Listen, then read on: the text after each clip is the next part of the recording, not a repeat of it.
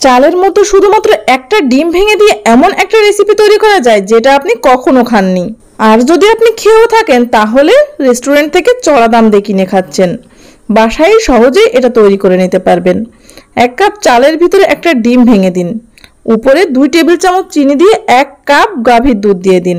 খুব ভালো করে মিশিয়ে নিন। মিশিয়ে নিতে নিতে আপনি জানিয়ে দিন পৃথিবীর কোন জায়গা থেকে ভিডিও দেখছেন, যাতে পরবর্তী ভিডিওতে আপনাকে ধন্যবাদ দিতে পারি।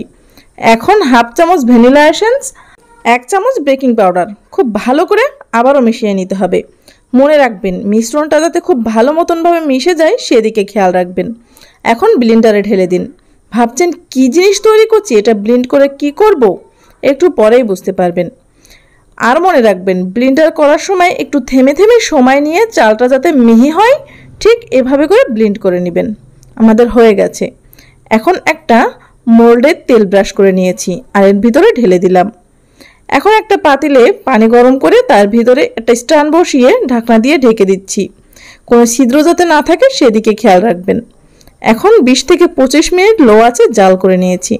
টুথপিক দিয়ে চেক করে নেবেন। যদি টুথপিক এরকম ক্লিয়ার আসে তাহলে বুঝবেন হয়ে গেছে। দেখুন নামিয়ে নিচ্ছি।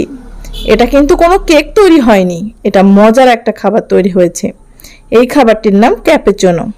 এটা এতটাই মজার হয় যে বিভিন্ন বিদেশের রেস্টুরেন্টে এটা তৈরি করে থাকে আর চড়া দাম দিয়ে বেচে। বাংলাদেশেও হয়তো বা করে থাকতে পারে, আপনারা 2-1 হয়তো বা খেয়েছেন।